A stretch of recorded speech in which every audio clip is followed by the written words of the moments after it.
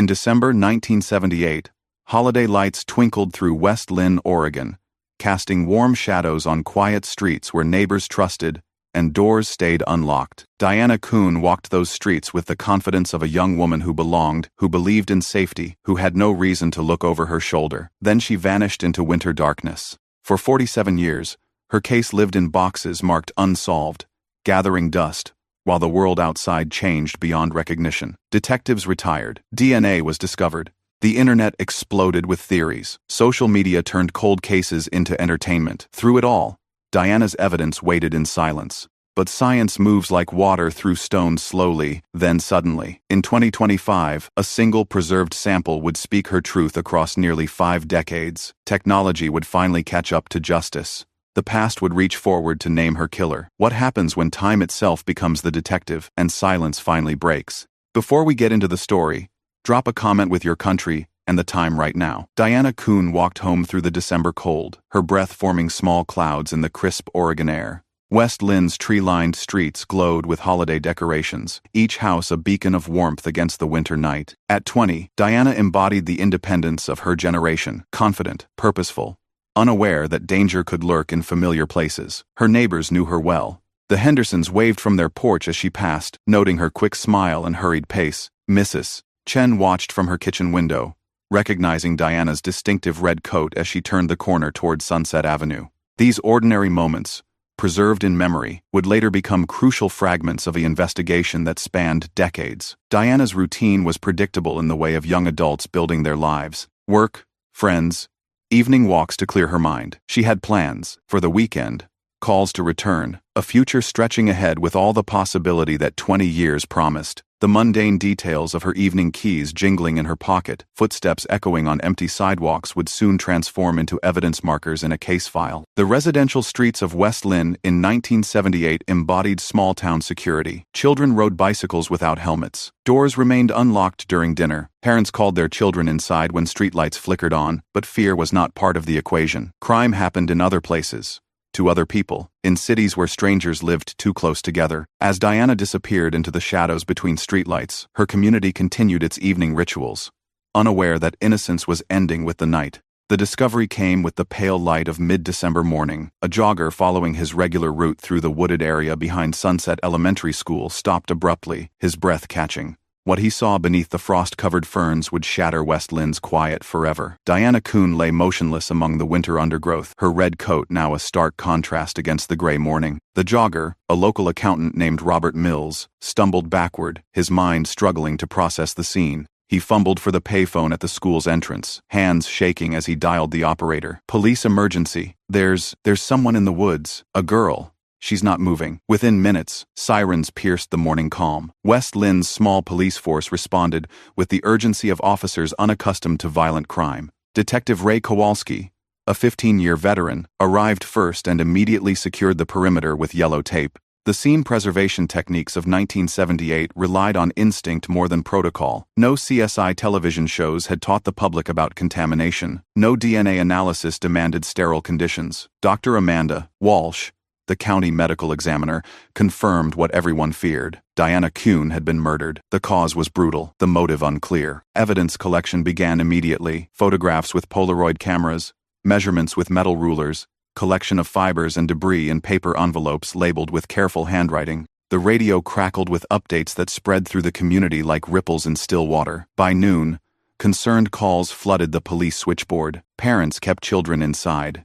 A town that had awakened to another ordinary December day found itself questioning everything it believed about safety. Detective Kowalski knocked on the first door at 2:30 that afternoon, beginning the methodical process of canvassing Diana's neighborhood. Each conversation revealed fragments of her final evening sightings, sounds, impressions that would form the foundation of the investigation. The Hendersons confirmed seeing Diana around 7:45 p.m., walking toward downtown with her characteristic quick stride. Mrs. Chen had noticed her pass the living room window at approximately 8 p.m., heading in the direction of the community center.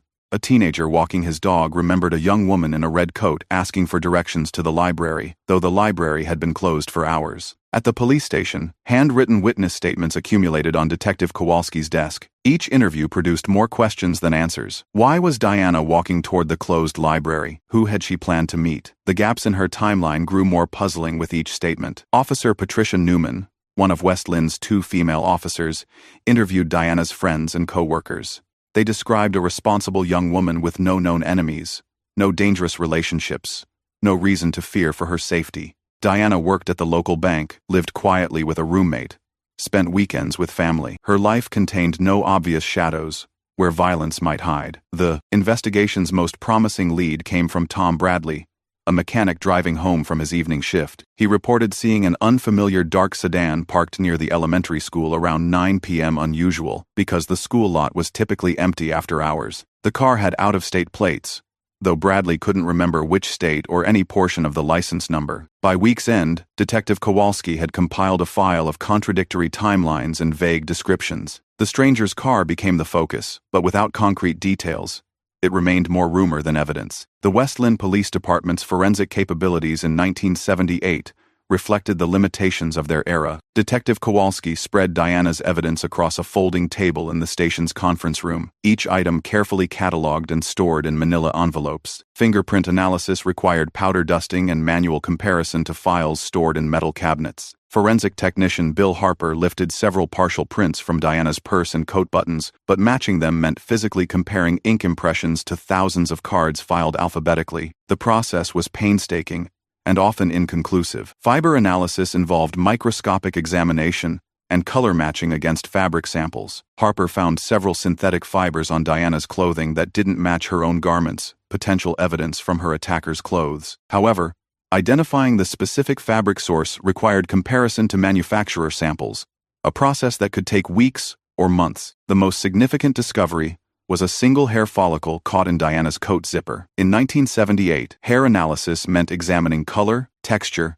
and microscopic characteristics. Harper could determine that the hair came from a Caucasian male with brown hair, but individual identification was impossible. DNA analysis wouldn't exist for another decade. Blood evidence presented similar challenges. Type O blood found at the scene could belong to Diana or her attacker, but blood typing could only exclude suspects, not identify them. Protein markers provided slightly more specificity, but millions of people shared the same blood characteristics. Detective Kowalski arranged the processed evidence in clear plastic bags, each labeled with case numbers and collection dates. The forensic tools of 1978, magnifying glasses, chemical tests, comparison charts, represented the pinnacle of investigative science. Yet facing this evidence, Kowalski felt the weight of technological limitations.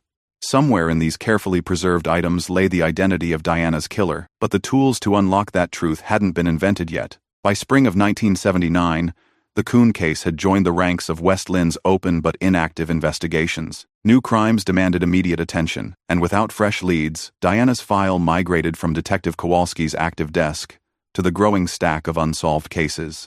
The transition happened gradually, almost imperceptibly. Weekly case reviews became monthly check-ins, then quarterly updates, then annual anniversary mentions. Detective Kowalski retired in 1983, passing Diana's file to his replacement with a handshake and quiet regret. "Good kid," he said. "Someone knows what happened, just never figured out who." The evidence room in West Linn's basement became Diana's resting place.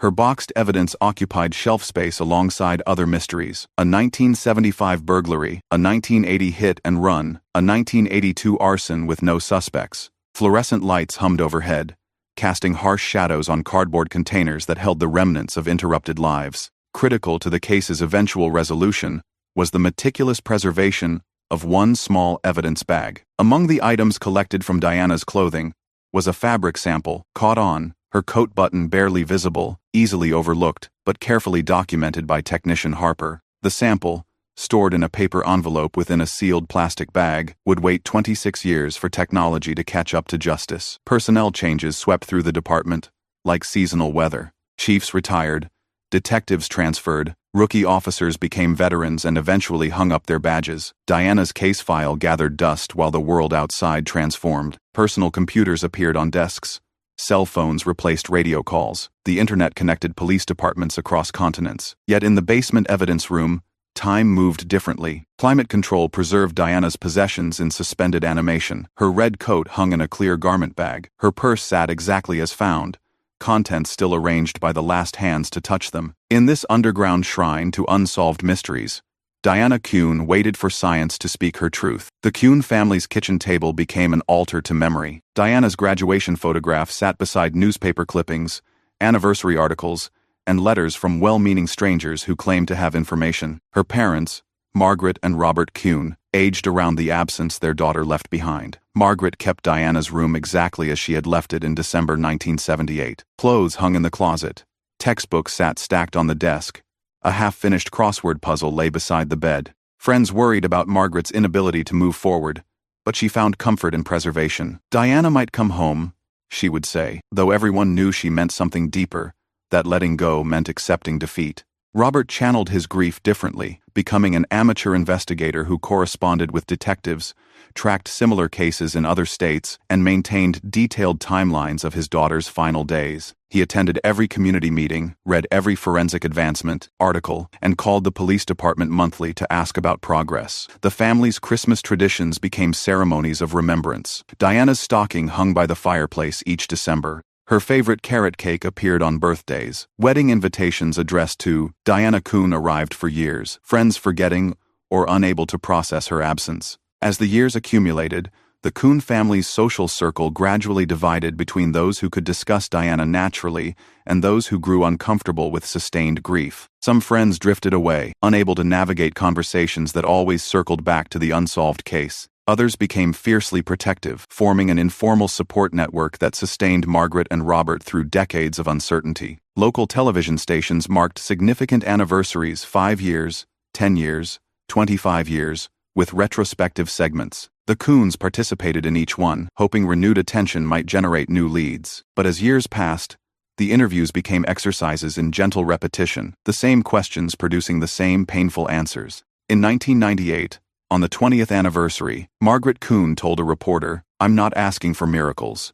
I'm asking for answers." She couldn't have known that science was preparing to grant her wish. The late 1990 seconds brought a revolution in forensic science that would transform criminal investigation forever. DNA profiling, initially developed for medical research, proved capable of identifying individuals from microscopic biological samples. Police departments across America began reopening cold cases with preserved evidence, hoping genetic analysis might succeed where traditional methods had failed. Oregon established its first DNA laboratory in 1999, joining a growing network of state facilities equipped with the technology to analyze genetic material. News reports showcased dramatic breakthroughs: decades-old rape cases solved through database matches, murder suspects identified from cigarette butts, families finally receiving answers to questions they had carried for years. The combined DNA index system, known as CODIS, became operational in 1998, creating a national database where genetic profiles from crime scenes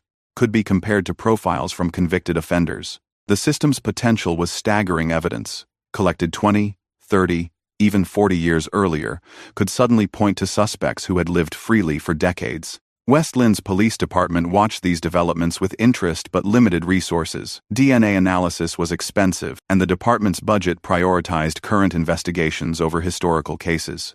Diana Kuhn's evidence remained in storage, while newer, more politically visible crimes received forensic attention. However, the landscape was shifting. Federal grants began supporting cold case DNA analysis. Victim advocacy groups lobbied for legislative funding. Public awareness of genetic forensics, fueled by television crime dramas, created political pressure to solve long-dormant cases. In 2003, Oregon passed legislation requiring DNA collection from all felony arrestees, dramatically expanding the state's genetic database. The law meant that suspects who had committed crimes after their initial offense might now be identified through genetic material they left at earlier crime scenes. For families like the Kuhns, these advances represented hope mixed with frustration. The technology existed to potentially solve Diana's case, but accessing that technology required political will, financial resources, and investigative priority. Science had provided the tools, but bureaucracy controlled their application. Detective Sarah Chen arrived at West Linn Police Department in January 2024, bringing with her 15 years of cold case experience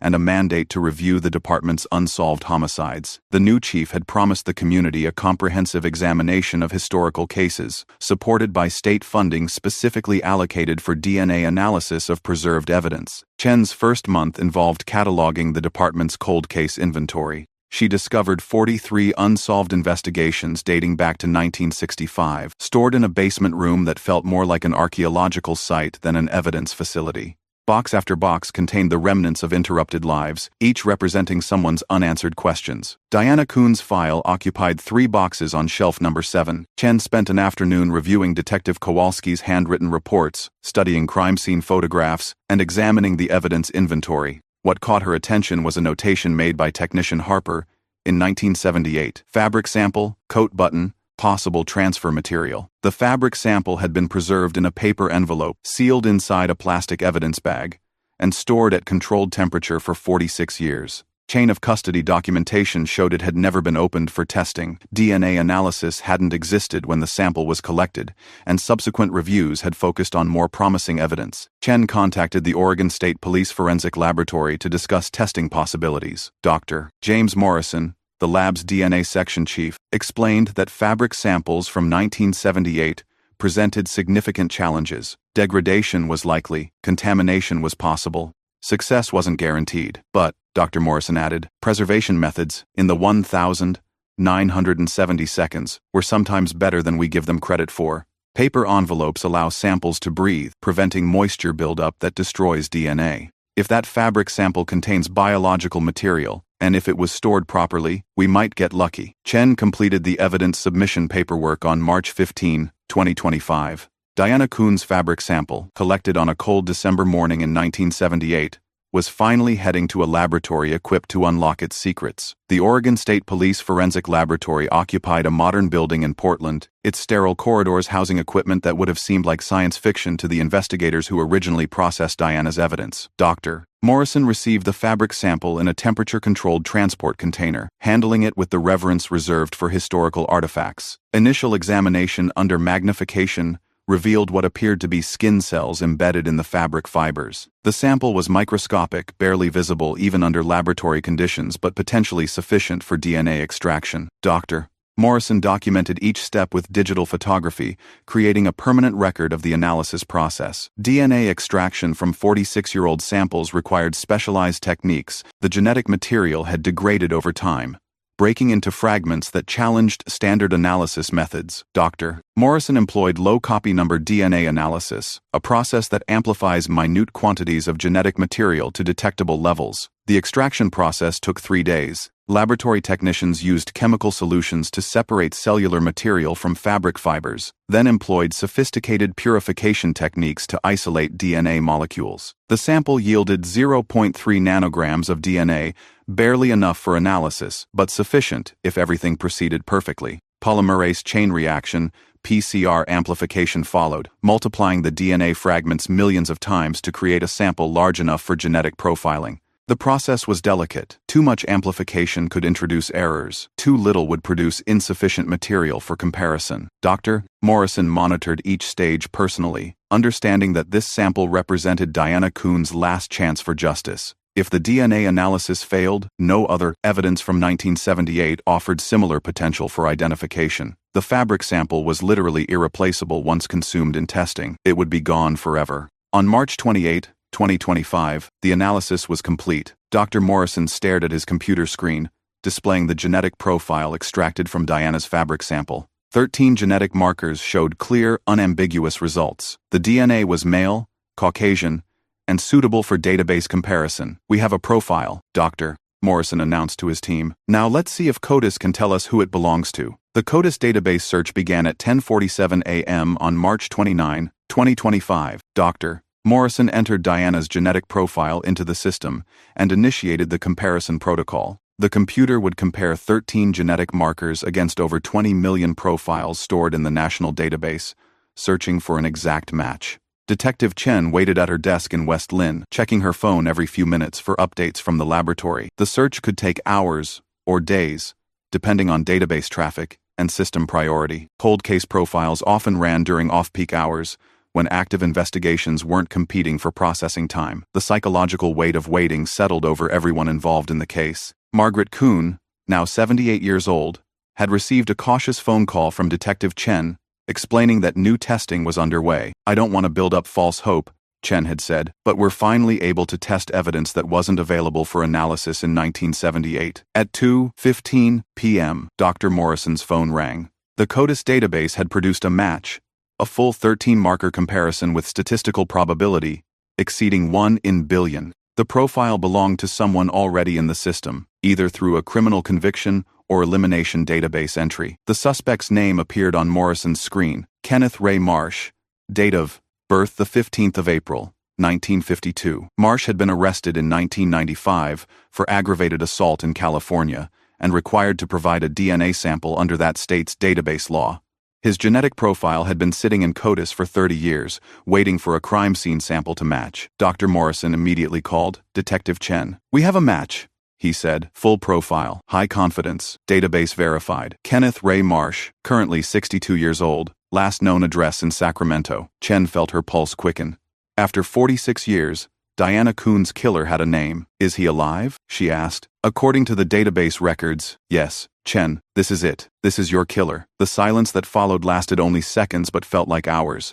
Then Chen asked the question that would define the next phase of the investigation. "Where do I find him?" Detective Chen's computer screen filled with Kenneth Ray Marsh's criminal history within hours of the DNA match confirmation. Born in Portland, Marsh had moved frequently throughout the Pacific Northwest during the 1972nd and 1980s, working construction jobs that placed him in various Oregon communities, including West Linn in December 1978. The suspect's photograph from his 1995 arrest showed a man with brown hair and average build, matching the general description that witnesses had provided decades earlier. More disturbing was his subsequent criminal record: a 2001 conviction for stalking, a 2005 assault charge, and a pattern of behavior suggesting escalating violence against women. Chen contacted Sacramento Police Department to confirm Marsh's current status. Detective Luis Rodriguez pulled the suspect's most recent information from California's database. Kenneth Marsh, age 72, currently residing at 1247 Oak Street,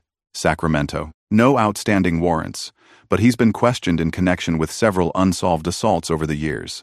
The jurisdictional complexities of a 46-year-old murder case required careful coordination between agencies. Oregon would need to request extradition from California, the district attorney would need to review the evidence and determine whether DNA evidence alone could support murder charges. Defense attorneys would inevitably challenge the integrity of genetic material stored for nearly half a century. Chen called her chief to report the development. Within an hour, a conference call included the district attorney, state police officials, and FBI representatives. The consensus was clear. Despite the challenges, the DNA evidence was strong enough to justify charges. Kenneth Ray Marsh would be arrested for Diana Kuhn's murder. The arrest was scheduled for dawn on April 3, 2025. Sacramento police agreed to execute the warrant, with Detective Chen flying to California as the primary investigator.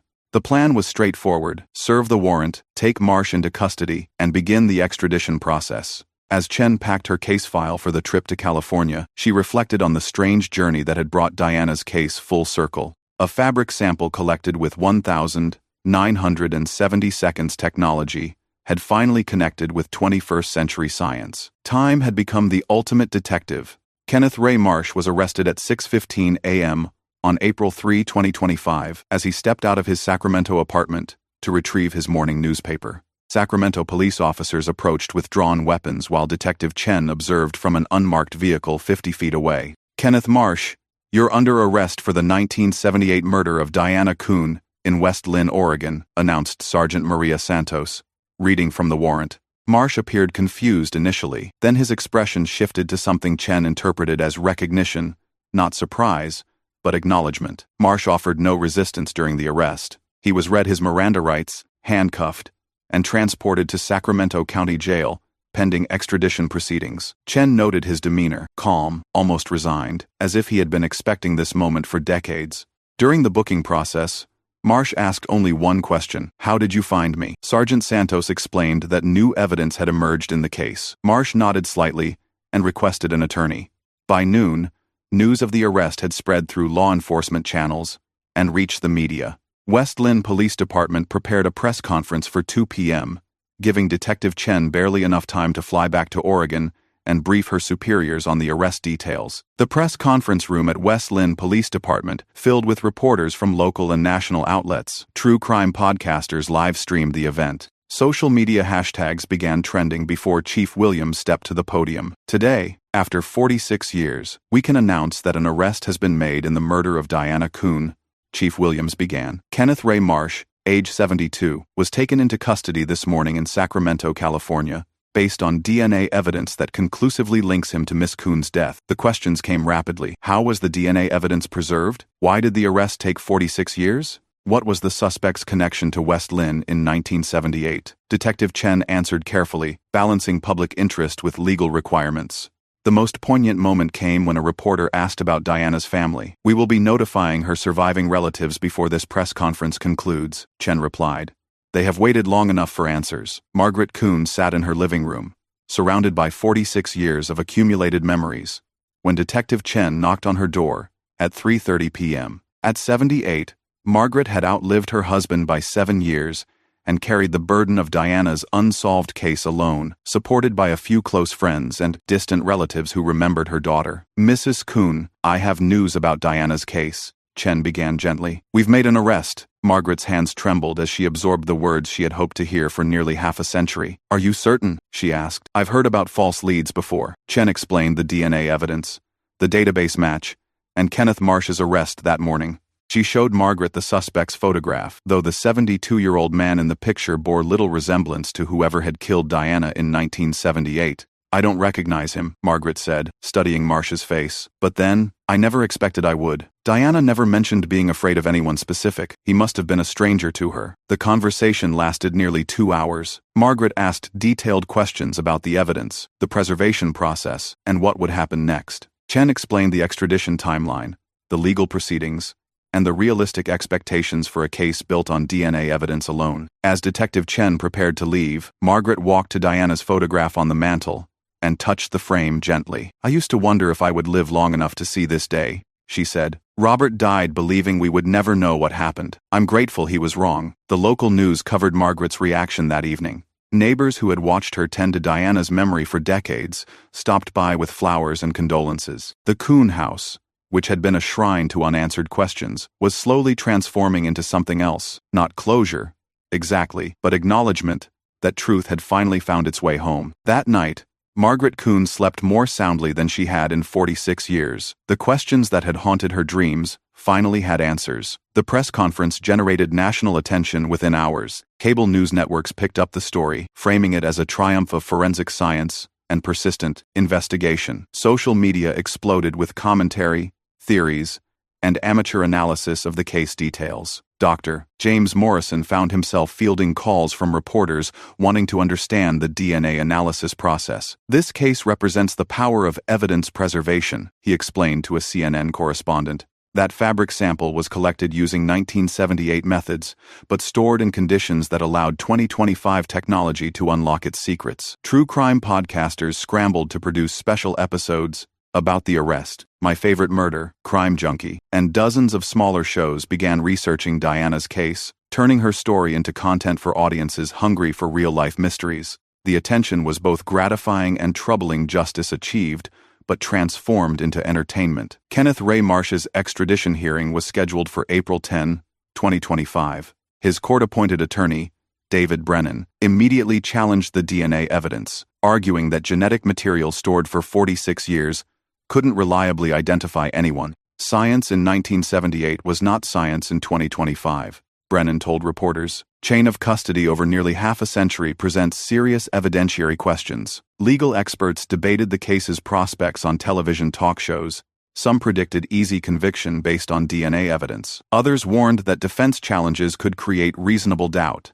The victim's age of the evidence cut both ways. Preservation had made identification possible, but time had eliminated witnesses and alternative evidence sources. West Linn's community reacted with mixture of relief and unease. Residents who had lived with Diana's unsolved murder for decades felt vindicated that their fears had been justified. A killer had indeed walked among them. Younger residents, who knew Diana's story only as local legend, struggled to process the reality that someone had gotten away with murder for nearly 50 years. The case became a symbol of both justice delayed and science triumphant. Editorial writers praised the persistence of investigators and the power of technology to resurrect cold cases. Yet the larger question remained unanswered. How many other Kenneth Marshes were living quietly among us, their crimes preserved in evidence boxes, waiting for science to call their names?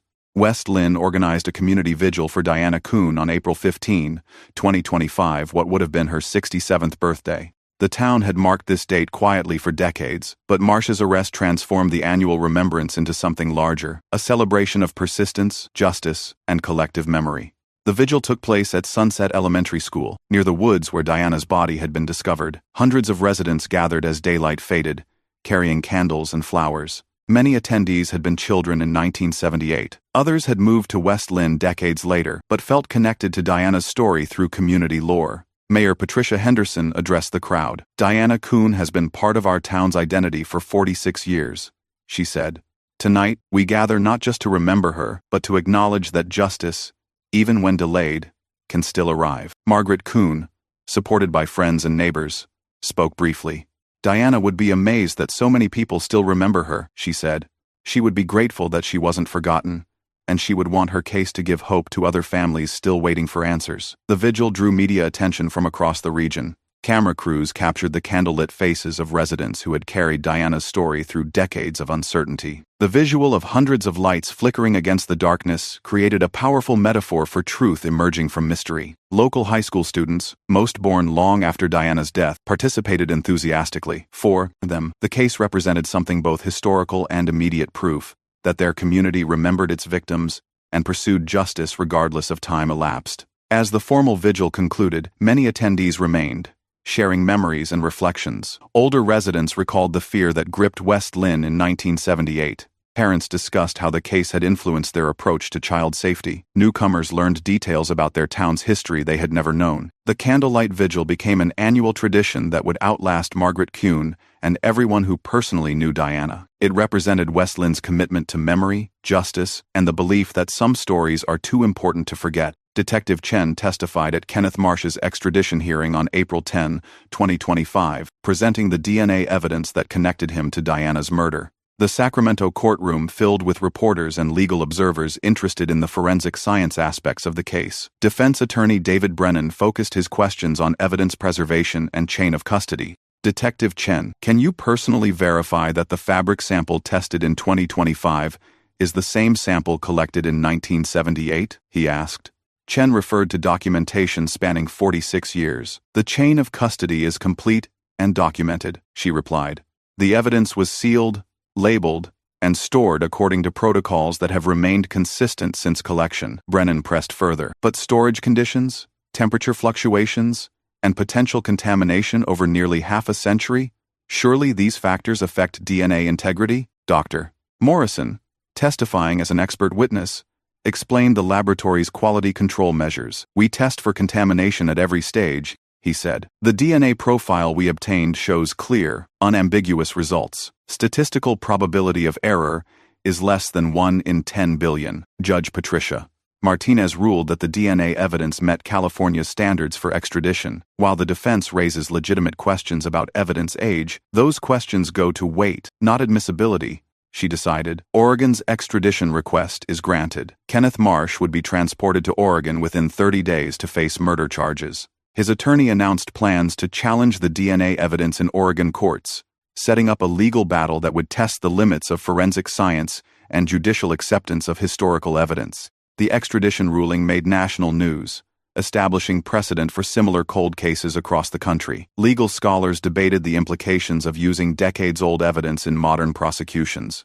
The case would influence future legislation about evidence preservation and DNA database policies. As Marsh was led from the courtroom in handcuffs, reporters noted his continued calm demeanor. He had spoken only to confirm his identity and acknowledge understanding of the proceedings. His silence contrasted sharply with the media attention surrounding his case, leaving observers to wonder what he might reveal during Oregon proceedings. Kenneth Ray Marsh arrived at the Oregon State Penitentiary on May 1, 2025, beginning a legal process that would test the durability of evidence preserved across nearly half a century. His arraignment was scheduled for May 5, giving prosecutors and defense attorneys time to prepare their arguments about DNA evidence, statute of limitations, and the unique challenges of historical prosecutions. Oregon District Attorney Michael Rodriguez faced a case unlike any he had previously prosecuted. The evidence was scientifically strong but legally complex. No living witnesses could place Marsh in West Linn on the night of Diana's murder. No physical evidence beyond the DNA sample connected him to the crime scene. The prosecution would depend entirely on genetic evidence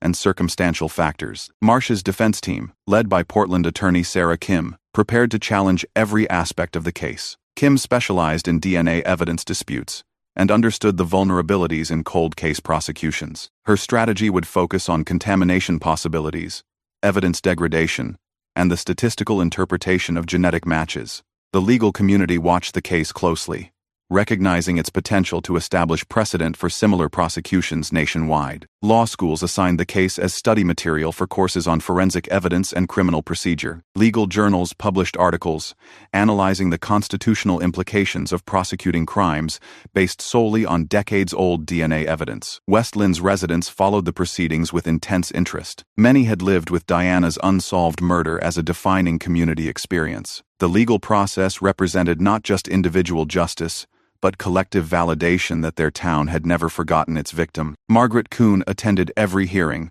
sitting in the front row with a photograph of Diana clipped to her purse. At 78, she had become an inadvertent symbol of persistence and faith in the justice system. Reporters frequently sought her comments, though she preferred to let the legal process proceed without public pressure. The preliminary hearing, scheduled for June 2025, would determine whether the DNA evidence was sufficient to proceed to trial. Both sides prepared for a battle that would define how American courts handle the intersection of historical crime and modern science.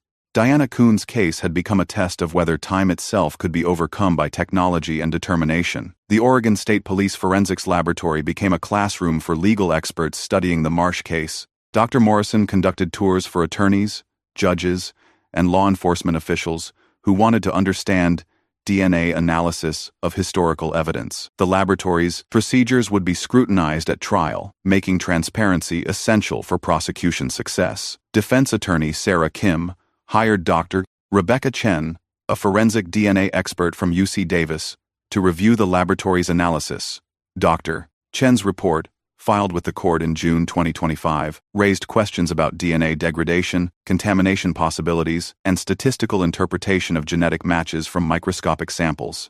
While I don't dispute that DNA was extracted from the fabric sample, Dr. Chen wrote, the age of the evidence creates uncertainty about contamination sources and degradation effects.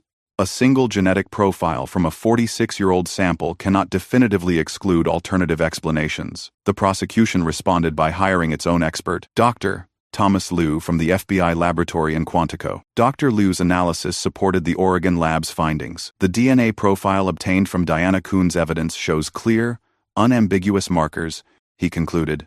Modern testing protocols include multiple controls that would detect contamination or degradation artifacts. The battle of experts reflected broader debates within the forensic science community about historical evidence. Professional conferences devoted entire sessions to discussing the Marsh case. Research papers analyzed the methodology used in the DNA extraction. The case became a touchstone for best practices in cold case analysis. Meanwhile, Kenneth Marsh remained silent. His attorneys discouraged media interviews, but jail personnel reported that he spent most of his time reading and writing letters. He received mail from true crime enthusiasts, religious groups, and people claiming connection to other unsolved cases. None of the letters were answered. Margaret Kuhn visited the prosecutor's office monthly for updates on case preparation. At each meeting, she brought new questions about the evidence, the legal process, and what Diana's case might mean for other families. Her persistence reminded everyone involved that the scientific and legal complexities centered on a fundamental human truth. A young woman had died violently, and someone should answer for that crime. The Forensic Science Symposium at Portland State University in July 2025 devoted an entire day to discussing the implications of the Kuhn case. Dr. Morrison presented the laboratory's methodology to an audience of forensic scientists, attorneys, and law enforcement officials from across the country. The Kuhn case demonstrates both the power and limitations of DNA analysis on historical evidence. Morrison explained, "We can extract genetic profiles from samples that are decades old, but we must acknowledge the uncertainties that time introduces into our analysis." The symposium addressed broader questions about cold case investigations. How long could evidence reliably be preserved? What standards should courts apply to historical DNA evidence? How should laboratories balance scientific certainty with legal requirements? Defense experts argued that DNA analysis of 46-year-old samples exceeded the reasonable bounds of forensic science. "We're asking genetic evidence to perform miracles," said Dr.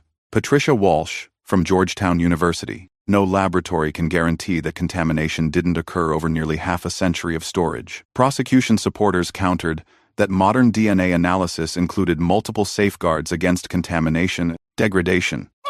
"The science has evolved to handle exactly these challenges," argued FBI consultant Dr. Michael Torres. "Chain of custody documentation and laboratory controls provide confidence in historical sample analysis." The debate reflected a fundamental tension in modern criminal justice: the desire to solve old crimes versus the need for scientific certainty. The Kuhn case had become a test case for resolving this tension through legal precedent. Law enforcement agencies nationwide watched the Oregon proceedings with intense interest. Hundreds of departments had evidence rooms filled with decades-old samples awaiting DNA analysis. The Kuhn case would determine whether those samples could reliably support prosecutions or represented false hope for victims' families. The scientific community's attention also raised public awareness about forensic DNA analysis. Television news programs explained genetic profiling techniques. Documentaries explored the history of DNA evidence in criminal cases. The public's understanding of forensic science increased dramatically, though sometimes in ways that oversimplified complex analytical processes. Kenneth Ray Marsh's preliminary hearing began on August 15, 2025, in Clackamas County Circuit Court. Judge Robert Chen presided over proceedings that would determine whether the DNA evidence was sufficient to proceed to trial. The courtroom filled with reporters, legal observers, and West Linn residents who had followed the case for months. Prosecutor Michael Rodriguez opened with a straightforward presentation of the evidence. "The defendant's DNA was found on the victim's clothing," he told the court. "That DNA was preserved for 46 years until technology advanced enough to identify it. Science has finally caught up with this crime." Defense attorney Sarah Chen challenged the reliability of decades-old evidence. "This prosecution asks the court to convict based on a microscopic sample that has been stored in a police basement for nearly half a century," she argued. "No one can guarantee that sample wasn't contaminated, degraded, or compromised during that time." Dr. Morrison testified for 3 hours about the DNA extraction and analysis process. He explained quality control measures, contamination testing, and statistical interpretation of genetic matches. Under cross-examination, he acknowledged limitations in analyzing historical samples, but maintained confidence in his results. "Can you state with absolute certainty that this DNA sample came from Kenneth Marsh?" Kim asked. "I can state that the genetic profile extracted from the evidence matches Mr. Marsh's DNA to a statistical probability of greater than 1 in 10 billion, Morrison replied. "In forensic terms, that represents practical certainty." The defense called Dr. Rebecca Chen, who criticized the laboratory's handling of aged evidence. 46 years of storage creates numerous opportunities for contamination, she testified. "Modern laboratories cannot overcome the fundamental uncertainties that time introduces into evidence preservation." Margaret Kuhn attended every day of the hearing, sitting behind the prosecution table, with Diana's photograph visible on her lap. Her presence reminded everyone in the courtroom that the technical debates centered on real loss and persistent grief. Judge Chen recessed the hearing for a week to consider the testimony. Legal experts predicted the decision would establish important precedent for cold case prosecutions nationwide. Judge Chen ruled on August 25, 2025, that the DNA evidence was admissible and sufficient to proceed to trial. While defense arguments about evidence age raised legitimate concerns, he wrote, "Those concerns affect the weight of evidence, not its admissibility. The jury will ultimately determine what credence to give genetic analysis of historical samples." The ruling sent Kenneth Ray Marsh to trial for Diana Kuhn's murder, scheduled to begin in November 2025. The decision made national headlines and established precedent that courts would accept DNA evidence from decades-old samples, provided proper chain of custody and laboratory protocols were documented. Legal scholars immediately began analyzing the decision's implications. Professor Janet Martinez from Lewis and Clark Law School called it a watershed moment for cold case prosecutions. The ruling meant that thousands of unsolved cases with preserved evidence might now be viable for prosecution based on DNA analysis. Defense attorney Kim announced plans to appeal the admissibility ruling while preparing for trial. This decision essentially eliminates any meaningful time limit on evidence reliability, she told reporters. We're setting a dangerous precedent that any genetic material, regardless of age or storage conditions, can support criminal convictions. The prosecution team began preparing for a trial that would depend entirely on scientific evidence and circumstantial connections.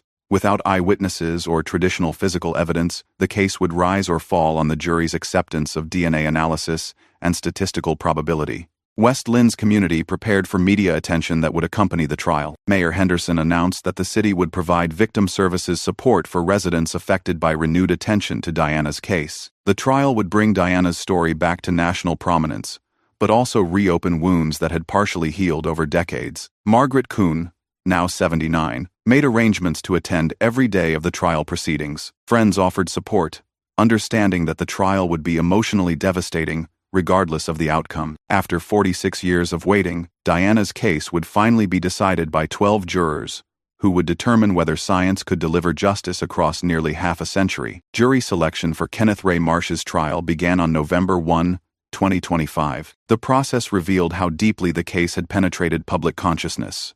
Dozens of potential jurors had to be dismissed because they had followed media coverage or formed opinions about DNA evidence reliability. The selected jury consisted of 12 individuals with no prior knowledge of the case and limited understanding of forensic DNA analysis. Judge Chen would need to educate them about genetic profiling, while ensuring they understood the burden of proof in criminal cases. Opening statements began on November 15, 2025. Prosecutor Rodriguez presented the case simply. In December 1978, Diana Kuhn was murdered by the defendant. His DNA on her clothing proves his guilt. 46 years later, science has identified her killer. Defense attorney Kim countered by emphasizing reasonable doubt. The prosecution asks you to convict based on a microscopic sample that sat in a police basement for nearly half a century. No witness saw my client with the victim. No other evidence connects him to this crime. You cannot convict someone of murder based on aged evidence and statistical possibilities. The prosecution's case lasted 4 days and relied heavily on expert testimony. Dr. Morrison explained DNA extraction and analysis to jurors using visual aids and simplified language. FBI expert Dr. Liu testified about national standards for genetic evidence. The chain of custody was documented through testimony from evidence technicians spanning 5 decades. The defense focused on creating doubt about evidence integrity. Dr. Rebecca Chen testified about contamination possibilities and degradation effects. Former evidence room supervisors acknowledged that storage conditions in 1978 were less sophisticated than current standards. Kenneth Marsh watched the proceedings silently, occasionally conferring with his attorneys but showing no visible emotion. His demeanor frustrated some observers who wanted dramatic courtroom revelations, but his silence was strategically sound. Any statement could be used against him. Margaret Kuhn attended every day of testimony, taking notes and watching jurors' reactions. After decades of uncertainty, she was finally hearing Diana's story told in a forum with the power to deliver justice. The trial was painful but necessary, the culmination of nearly half a century of hope and persistence. The jury deliberated for 2 days before reaching a verdict on November 28, 2025. Judge Chen's courtroom filled with capacity crowds as the foreman prepared to announce the decision that would conclude Diana Kuhn's 46-year journey toward justice. We the jury find the defendant Kenneth Ray Marsh guilty of murder in the first degree, the foreman announced. The verdict was unanimous. 12 citizens had concluded that DNA evidence alone was sufficient to prove guilt beyond reasonable doubt. Margaret Kuhn wept quietly in the front row, surrounded by friends who had supported her through decades of uncertainty. The verdict represented validation of her persistence and faith in the justice system. Diana's case was finally closed. Kenneth Marsh showed no reaction to the guilty verdict. He was immediately taken into custody to await sentencing, scheduled for January 2026. At 72, he faced life in prison for a crime committed when he was 26. The verdict made international headlines as validation of forensic science and cold case investigation persistence. Law enforcement agencies worldwide cited the case as proof that no murder should ever be considered unsolvable. The power of DNA evidence to reach across decades had been definitively established. Defense attorney Kim announced plans to appeal the conviction, focusing on evidence age and admissibility standards. This verdict sets a dangerous precedent. she said. "We're essentially saying that any genetic material, regardless of how old or how it was stored, can support a murder conviction." The prosecution team expressed satisfaction with the outcome while acknowledging the case's broader implications. "This verdict proves that justice delayed is not necessarily justice denied," said District Attorney Rodriguez.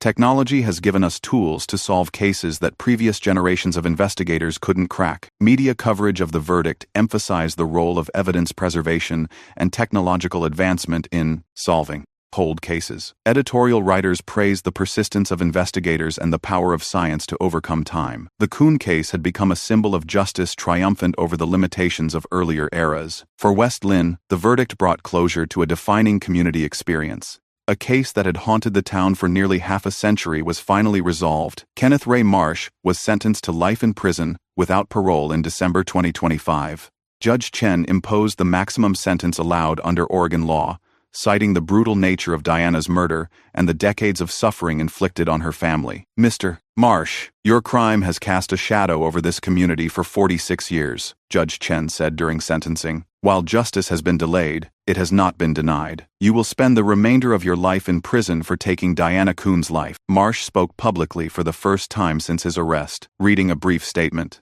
"I maintain my innocence of this crime. DNA evidence can be misinterpreted, and time can corrupt the truth. I will continue to appeal this conviction." Margaret Kuhn was allowed to present a victim impact statement.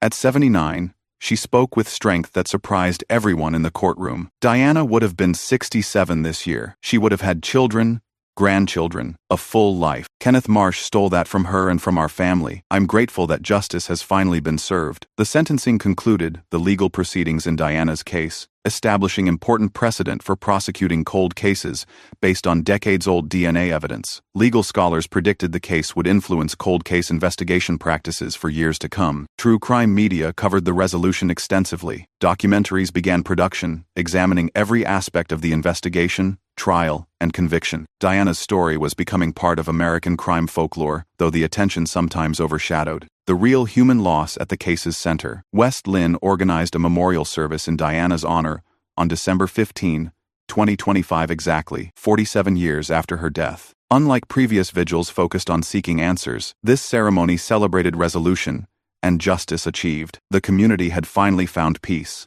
As 2025 drew to a close, the implications of Diana Kuhn's case continued reverberating through the criminal justice system. Law enforcement agencies nationwide contacted the West Linn Police Department, seeking guidance on evidence preservation and cold case investigation techniques. Detective Chen found herself fielding calls from departments across the country. "The Kuhn case taught us that today's unsolvable crime might be tomorrow's breakthrough," she explained to visiting investigators.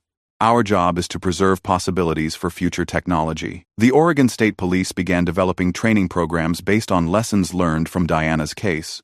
Federal agencies expressed interest in incorporating the case methodology into national cold case investigation standards. The success had proved that no murder was too old to solve. Forensic laboratories experienced increased demand for cold case DNA analysis. Research institutions received funding to improve techniques for extracting genetic material from aged samples. The scientific community embraced the challenge of pushing analytical capabilities further into the past. Margaret Kuhn spent her remaining energy advocating for evidence preservation standards and cold case investigation funding. Her meetings with state legislators focused on ensuring other families wouldn't wait 46 years for answers. Her personal tragedy was generating systemic improvements. The case resolution brought peace to West Linn while raising awareness of how many other communities lived with similar wounds. Diana's story had become a symbol of hope for families waiting for answers, proof that persistence and science could eventually overcome the passage of time. In the evidence room where Diana's case had waited for decades, Detective Chen installed a small plaque. "In memory of Diana Kuhn and all victims waiting for justice, time may delay truth but cannot destroy it." The words captured the essence of what Diana's 46-year journey had taught them all, that some investigations require not just skill, but patience measured in decades. Diana Kuhn's legacy lived on through improved forensic practices and renewed hope for families seeking justice. Her case had proven that the arc of justice, while long, could bend toward truth when science, persistence, and community memory refused to surrender to time.